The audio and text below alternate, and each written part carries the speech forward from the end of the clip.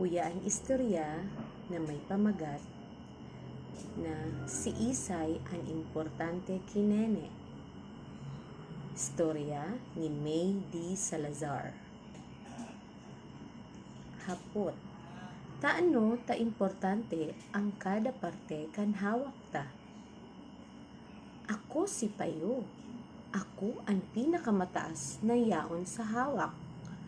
Ako dapat ang masunod. Taano ta ika? Sabi ni Liog. Kung dahil sa ko, mayo ka sa hawak. Ako si Abaga. Ako ang tahaw. Ako dapat ang masunod. Taano ita ika? Sabi ni Bitis. Kung mayo ako, dai ka makakatindog. Ako si Nene. Ako ang